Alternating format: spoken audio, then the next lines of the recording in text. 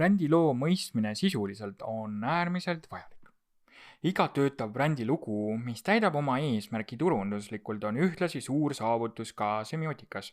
Brändiloo tähenduse mõõtmine tähendab väga paljude erinevate, sealjuures semiootiliste osade omavahelist analüüsimist ja järelduste tegemist. Peamiselt tähendab brändiloo tähenduse mõõtmine oskust näha tähendust formaalselt. Lihtsustatult võttes tuleb brändilugu näha kui matemaatilise mõtlemise prisma. Lihtsustatult võttes tuleb brändilugu näha läbi matemaatilise mõtlemise prisma. Järgnevalt räägin, kuidas mõõta brändiloo tähendust ja siduda võimalikud majanduslikud näitajad brändi sisuloomega. Pane tähele, järgnev peatükk räägib eksperimentaalsemiootiliselt brändiloo tähenduse mõõtmisest. Palun ole tähelepanelik enda jaoks oluliste tähelepanekute osas. Turundusmärgid.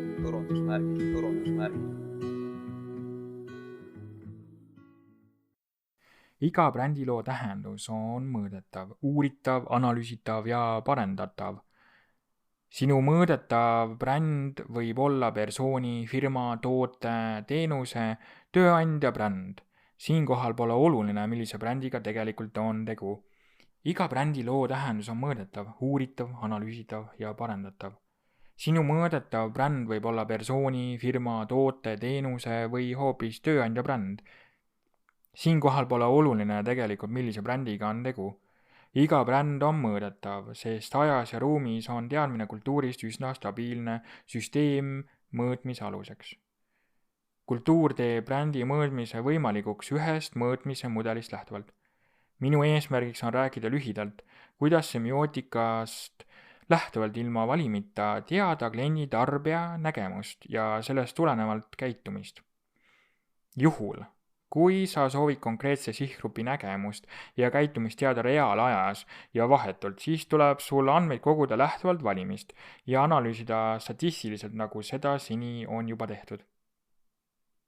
Kuidas on võimalik brändi mõõta ilma valimita? Varasemalt rääkisin, et bränd koosneb identiteedist ja kuvandist. Brändi mõõtmine ilma valimita tähendab, et inimeste nägemuse ja käitumise rolli on muudetud. Inimeste nägemust uurime ja mõõdame vahetult seoses kultuuriliste nähtustega. Iga kultuuriline nähtus on ajalooliselt vahendatud märkide kaudu. Märgid on omakorda esitatud või siis tähistatud, olenevalt semiootikust, kellest me lähtume. Tavapäraselt eelneb brändi kuvand lineaarselt brändi identiteedina, et viia ellu kliendi tarbija sõbralik müügistrateegia. Semiootiliselt on lineaarselt võimalik luua mudel, kus brändi identiteet eelneb brändi kuvandile. Kui sa tead, kuidas erinevad märgid on kultuuriliselt esitatud, siis sa tead minu hinnangul 25% brändi tähendusest ja kliendi tarbija käitumisest. Järgmised 50% brändiloo tähendusest on mõõdetav, kui sa tead, millise loo jutustab iga märk sinu brändis. Ülejäänud osa 25% eduka brändiloo tähendusest on mõistetav, tuleneva narratiivist seoses müügiandmetega. Matemaatilise mõtteviisi on lihtne mõista. Kõik nähtused on matemaatilise mõtteviisi järgi kirjeldatavad läbi seoste, mida saab väljendada näiteks loogikas või funktsioonides. Seejärel on võimalik rakendada iga seos koos numbritega. Näiteks konkreetselt aritmeetilist tehet 2 + 2 = 4 on võimalik näha teatava seosena, kui x + x on y. Sarnasel moel on kvantitatiivses semiootikas võimalik kirjeldada ja mõõta erinevaid nähtuseid seoste ja numbrite abil. Lihtsamal tasandil on matemaatilist mõtteviisi võimalik rakendada lihtsalt brändidele mõeldes või koos paberi ja pliiatsiga märkmikusse visandades. Lihtsamal tasandil on matemaatilist mõtteviisi võimalik rakendada lihtsalt brändile mõeldes või koos paberi ja pliiatsiga märkmikusse visandades. Võimalusel haara paber ja pliiats või ava arvutis Exceli fail ja mõtle ühele brändile ning märgi see üles. Esimeses etapis räägin lähemalt matemaatilisest mõtteviisist ja võimalusest mõõta brändilugu. Loodan, et oled kuulanud esimest osa. Kui sa pole veel jõudnud seda teha, siis võimalusel kuula kindlasti peatükke 2-5 tähtsamatest sõnadest semiootikas. Teises etapis räägin lähemalt, kuidas rakendada matemaatilist mõtteviisi seoses brändilugudega. Lugude mõõtmine on võimalik, kui sa tead narratiivist kvantitatiivselt. Loodan, et oled kuulanud 3. osa. Kui sa pole seda veel jõudnud ka teha, siis võimalusel kuula kindlasti peatükke 2-4 ja sa saad teada brändist semiootika vaatest lähemalt. 3. etapis räägin lühidalt, kuidas viia brändiloo mõõtmise tulemused kokku müüginäitajatega. Loodan, et oled kuulanud 2. osa. Kui sa pole jõudnud seda veel teha, siis võimalusel kuula kindlasti peatükke 2-4 peamistest turundusega seotud sõnadest läbi semiootilise prisma. Brändiloo tähenduslikuks mõõtmiseks on sul vaja teada kliendi teekonda väga täpselt, võimalusel märkide esitiste tõlgendust, majanduslikke näitajaid. Mainitud 3 aspekti teadmisel on võimalik teada saada, mida on kliendi teekonnas võimalik paremaks müügiks optimeerida. Nüüd lähemalt igast etapist pikemalt. Esimene etapp, matemaatiline mõtteviis. Mõtle korraks ühele brändile, mida soovid tähenduslikult paremini mõõta ja mõista. Liigume järgemööda edasi brändi mõõtmise alusega, milleks on kultuur. Iga brändi saab mõista üsna objektiivselt kultuuri taustal.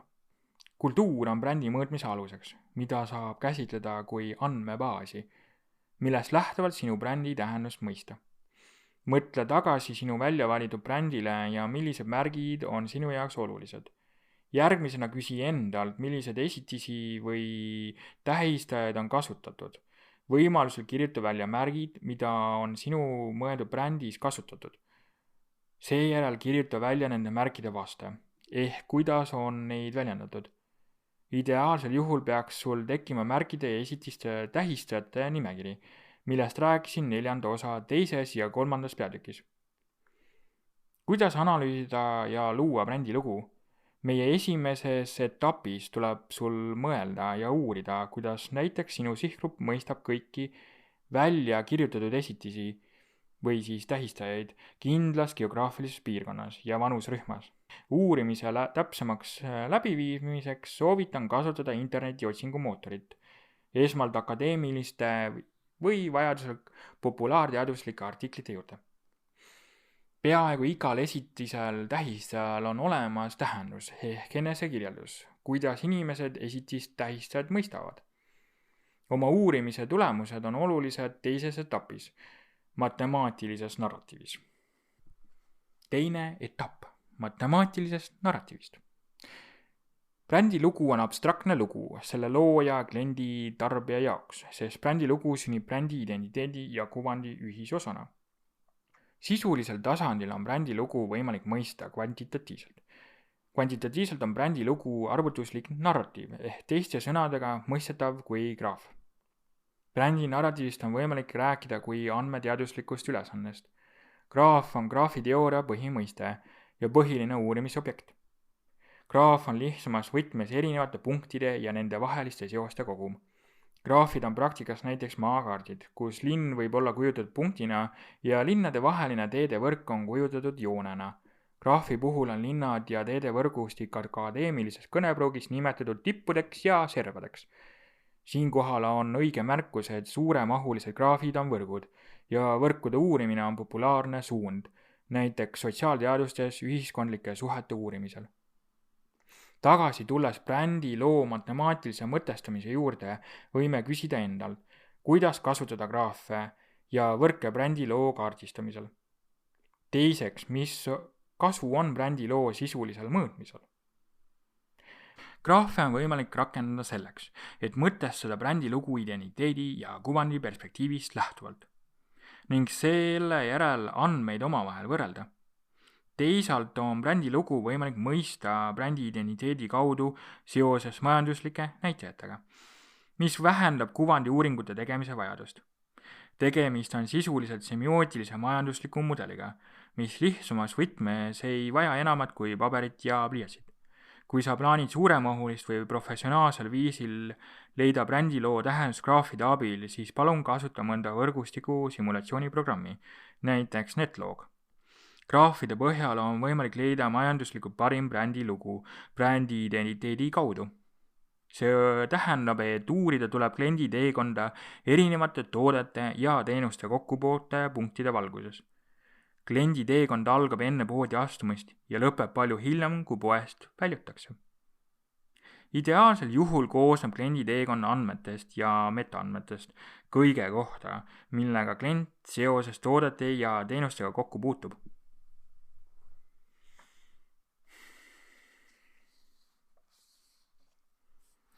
Brändiloo loomine brändi identiteedi kaudu tähendab, et meil on võimalus luua mõõtmise kohta mudel, reaalse, digitaalse ja mõlema kohta Brändiloo loomine brändi identiteedi kaudu tähendab, et meil on võimalus luua mõõtmise kohta mudel, reaalse, digitaalse ja mõlema keskkonna kohta tervikuna. Mõlema keskkonna kaardistamine on põhimõtteliselt sarnane. Joonistada tuleb graaf või mitu graafi. Graafide paljusus brändiloo mõttes oleneb loost, mida uurime. Näiteks uurime brändi lugu emotsioonides, väärtustes või on sinu toote teenuse brändi lugu vahendatud mõne muu aspekti kaudu.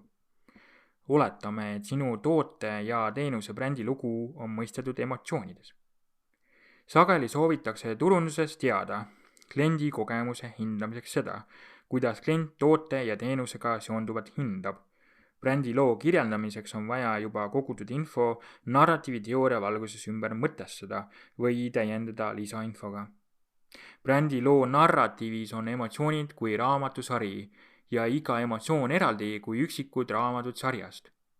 See tähendab, et iga emotsiooni jaoks tuleb joonistada eraldi graaf. Näiteks jaekauplus Tartus võib uurida enda brändiloo tähendus sõna otseses mõttes vahetult reaalelus toimuva nähtusena. Tugevalt lihtsustatult saab jaekaubanduse näitel ka tähenduse joonistada paberile, kuigi tegemist on mitmemõõtmelise süsteemiga ajas. Jaekaubanduse näitel lihtsamas võtmes on sul vaja Tartu maakaarti. Oletame, et sul on ligipääs kaubapaigutusele poes väga detailselt. See tähendab, sa tead, kus asub leib ja sai piimatoodete suhtes.